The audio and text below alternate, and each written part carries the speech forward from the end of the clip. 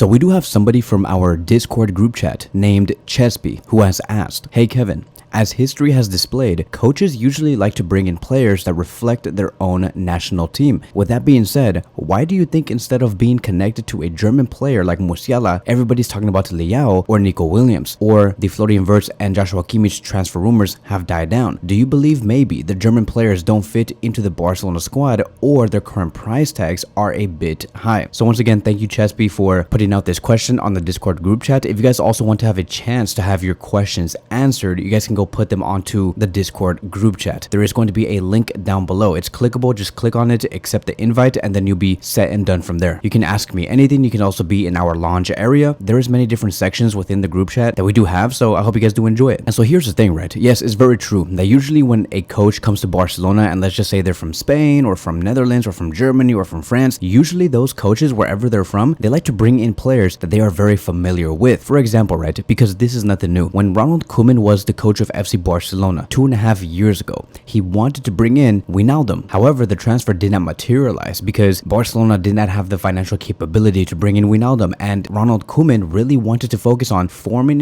a double pivot between Wijnaldum and Frankie de Jong. Ronald Koeman even said to the public that he wanted Wijnaldum, but Barcelona could not make it happen. There was also rumors about Malen maybe coming to FC Barcelona, and Ronald Koeman was interested in him to reinforce the attack, but once again, Barcelona could not provide that type of material because they did not have the financial capabilities. There was also talks of Xavi Simons to return because, you know, Ronald Koeman is very familiar with the player. They speak the same language. It does make a lot of sense. It's one of the perks of bringing in players from your same national team is the fact that you can communicate with them on a personal level. And then Xavi Hernandez came in, and then the whole thing switched, right? It was not just about the Netherlands players anymore. It was now about fully Spanish national team players. And one of the first few players that Xavi Hernandez was asking for was Azpilicueta. I don't know if you guys remember, but Xavi Hernandez was obsessed with bringing Azpilicueta to be the reinforcement of Serginho Dest, because at that moment, Xavi Hernandez did not really trust Dest. And so that is why he wanted Azpilicueta, who was currently playing at Chelsea. But the transfer once again did not happen because Barcelona could not afford such a move, and especially with the wages. But Xavi needed him because of his versatility, his experience, and everything that Azpilicueta did carry. He was also like one of the captains of Chelsea, so why not bring a player like him? Then Xavi Hernandez wanted Inigo Martinez. Yes, it's true. Xavi Hernandez wanted Inigo Martinez back in 2022, but the same story did occur. Barcelona could not sign Inigo Martinez. He was not considered as a free transfer yet, which is why they got him like a year later, and the transfer did not happen. And then this is also going to be another player that I would say Xavi Hernandez wants. He's not Spanish, but he does carry like Spanish-like qualities, and he can also understand Spanish, but it was Bernardo Silva. Xavi Hernandez's whole idea was to have the right wing position filled with great attacking players like Silva and Dembele. And Xavi Hernandez wanted Silva because he was the one that could generate chances, had high technical ability, very much like a Spanish type of player. And so yes, this whole idea is very much true, and it happens everywhere. It's not just at FC Barcelona. I can even name the Inter Miami example. When Tata Martino, who is Argentinian, started coaching Inter Miami, a lot of Argentinians started flooding the Inter Miami team. There was a lot of Argentinians. They had Oscar Ustari, Nicolas Ferreira, they had Franco Negri, Marcelo, who was one of the fullbacks of Inter Miami. They had Avilés, another Argentinian. Another one was Farias. Another one was Facundo Farias, Federico Redondo. That's like what, 7 Argentinians already? And then to cap it all off, they had Lionel Messi. So many Argentinian players, right?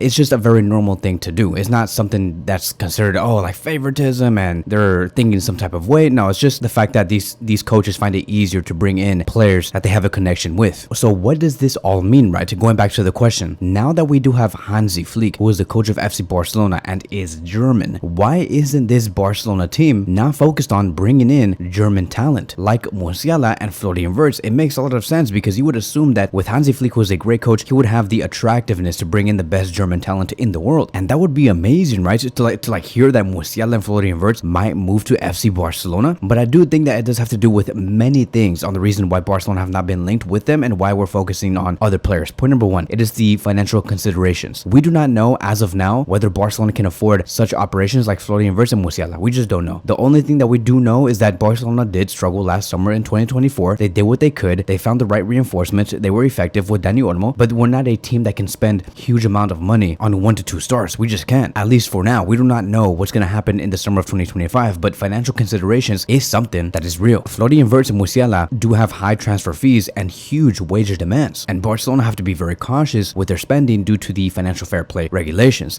Point number 2, the tactical fit of Musiala and Florian Wirtz, which we are going to be going in much greater detail in a couple of minutes. But yeah, it's the playing style. Like Hansi Flick currently does have great attacking midfielders, great central midfielders like Pedri, Gavi, Fermin Lopez, Dani Olmo. They're all really good. And to add in players like Musiala and Florian Wirtz, they play in the exact same positions. The weaknesses that Barcelona do have right now, it is on the flanks. Musiala and Florian Wirtz, yes, can play on the flanks, but I believe Hansi Flick wants to have a specialist who plays on the flanks, right? Somebody who has worked on the left wing position or the right wing position all their lives. Musiala and Florian Wirtz are just very versatile and could play within those positions, but this is the reason why players like Leao and Nico Williams have been eyed much more than the 2 German talents, is because Leao and Nico Williams have devoted their careers to becoming the best wingers that they can possibly be, and Hansi Flick wants to have that. He wants to have very vertical, high pace, high experience right wingers and left wingers. Point number 3, it could be maybe also with the agents. Like when we speak about Musiala, his agent is not Jorge Mendes, an agent that we have great connections with. Same thing with Florian Wirtz. He does not have Jorge Mendes as an agent, and so we don't really have that type of connection. But with Rafael Leao, we do. He is one of the clienteles of Jorge Mendes, and he can facilitate the operation much easier for us. Nico Williams, I don't even think he has an agent, so it does make it way more difficult for us. And then lastly, it could also be about Barcelona's strategy with the youth. Like I just have a slight feeling that maybe the sporting staff and Hansi Flick have a slight pride in what they do with La Masia talent. So like it would make no sense for us to bring in Musiala or Florian Wirtz when you already have someone like Noah Dadovic who's coming up the ranks. And then we also want to give out other players in La Masia some chances. And so it's gonna kind of give out that impression to La Masia that, oh yeah, even though as much as we train here through La Masia and through the academy, it makes no sense for us to just wait for our opportunities because they just signed a player like Musiala who's 21 years old, very young, gonna be blossoming, and we just have no chance. So maybe, just maybe, that could be another factor. And Hansi Flick, I just know that he's just somebody that really does like to bet on La Masia. You and me know this, right? He has talked about La Masia so many times. He has taken great pride with it. He gave out no excuses. It is the reason why Barcelona is successful today and why we have been doing so good, is because Hansi Flick has instilled the pride and the confidence to all of the youngsters that Barcelona do not have to go out there to go buy the best talent in the world when they believe that the best talent in the world is within the academy, and these players probably feel special, and that is really good. And so stepping away from that, I want to also analyze Florian Wirtz and Musiala now, right? Because I do think that if we do end up going for either one of these 2 players, we have to understand what their roles could be and what Barcelona have to do on their part to make this whole operation make sense. So first things first, Hansi Flick never really said that he's not going to be focusing on bringing in like German talent, right? We have seen before that Hansi Flick wanted to bring in Joshua Kimmich back in the summer of 2024. Remember, there was also talks about bringing in Sané to FC Barcelona for a minute, and then we also do have Hansi Flick wanting Jonathan Tah, another German talent. I would say, I mean, he's 28 years old, but he's still a great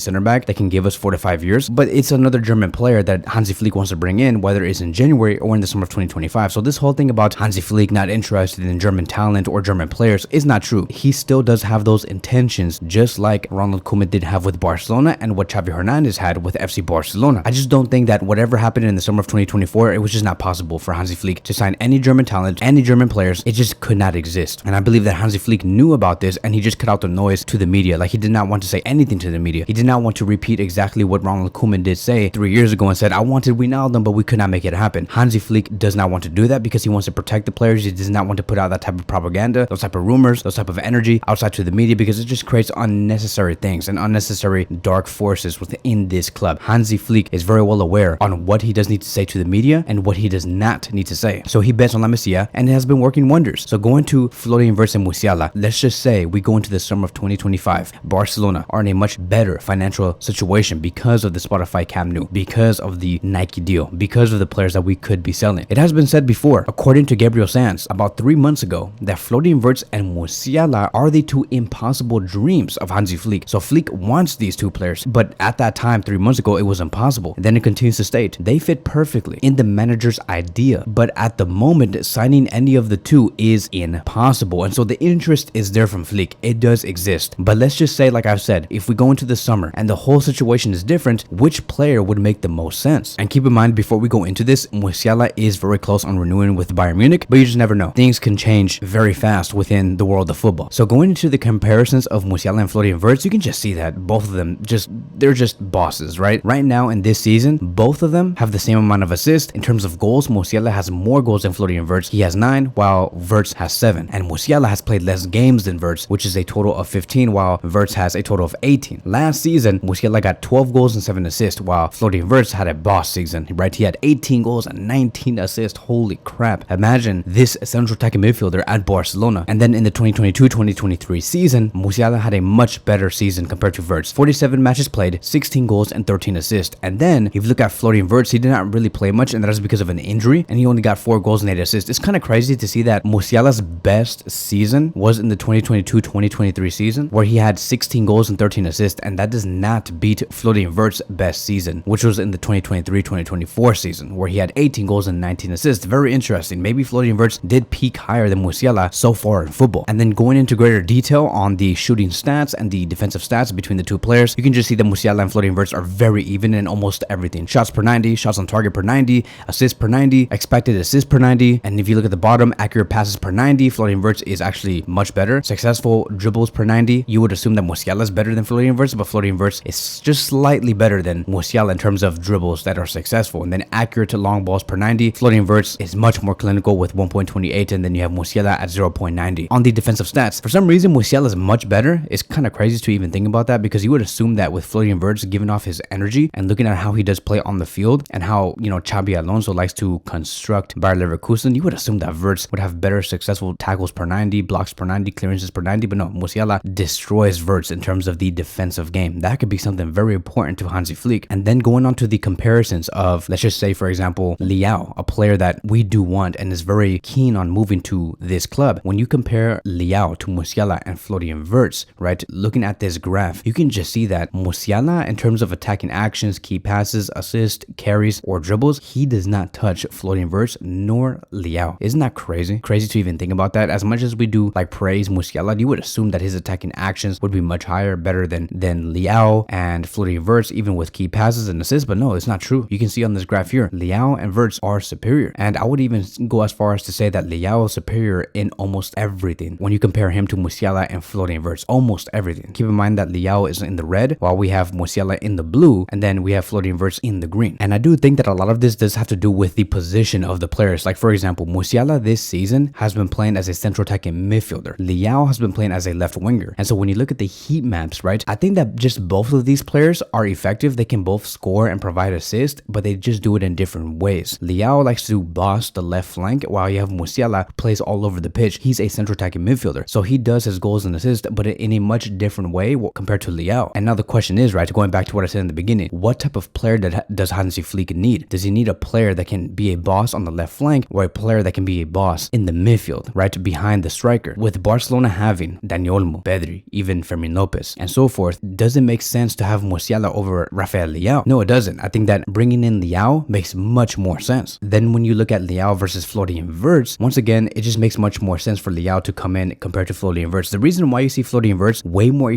effective on the left flank compared to someone like Musiala is because Florian Wirtz plays in a 3-4-2-1 formation. So in that 2-1 formation up top, Florian Wirtz is part of those two central attacking midfielders behind the striker. So he does not play in a 4-2-3-1 nor in a 4-3-3. He is literally a second striker, very similar to the position of Antoine Griezmann under Diego Simeone between 2017 and 2020. And so to be honest, looking at all of this, I would like to conclude one thing. If Hansi Flick and Joan Laporta are crazy enough to say we're going to go for either Florian Wirtz or Musiala in the summer of 2025, and they just forget about Leao, or let's just say that they want to go for both, which is like just fantasy at this point. But let's just paint this scenario that one of these two players can come in. Let's just say Wirtz, right? For example, I find it very difficult to even imagine something like that. This is the reason why I would much rather lean towards signing Leao, because you don't have to move so many things in so many places. Like, for example, you're going to have to create so much room from a sporting perspective to bring in Wirtz in 2025. Because if you bring in Wirtz, a central attacking midfielder, just like Musiala, the exits that I think Joan Laporta is going to have to make is to take out Pablo Torre, Frankie de Jong, and Fermin Lopez. It has to be. It has to be, because if you take out those three players and you invite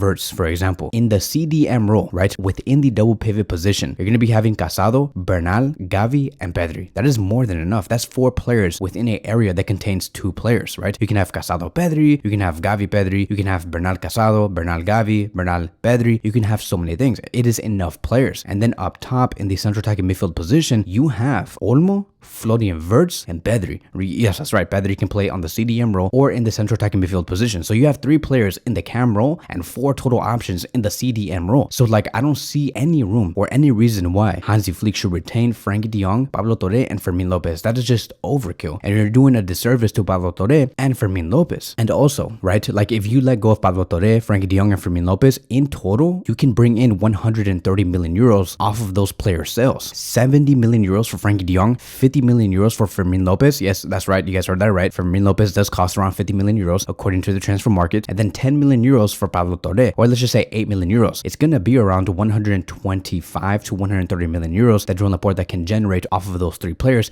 that they don't even need in the first place because of the rise of Casado, Bernal, and because of the inclusion of Dani Olmo. But you see what I mean, right? So like, you have to move so many things. Like, is it just too much? Like, could we sell Fermin? Could we sell Frankie? Is there buyers for Pablo Torre? It is a lot of work. And then you also have to find the agreement with Florian Wirtz or Musiala, whoever it may be. I'm sure Hansi Flick is going to be playing a huge part on those roles of negotiation because he is German. He does have that type of pull. And so let me know in the comment sections down below. Do you believe that Hansi Flick should have more emphasis on bringing in more German talents because that is just how it should be? And if so, who do you think Hansi Flick should sign? And if you do decide to say yes, it should be either Musiala or Florian Wirtz, what players would you let go of? Thank you guys so much for watching, and I will see you guys in the next one.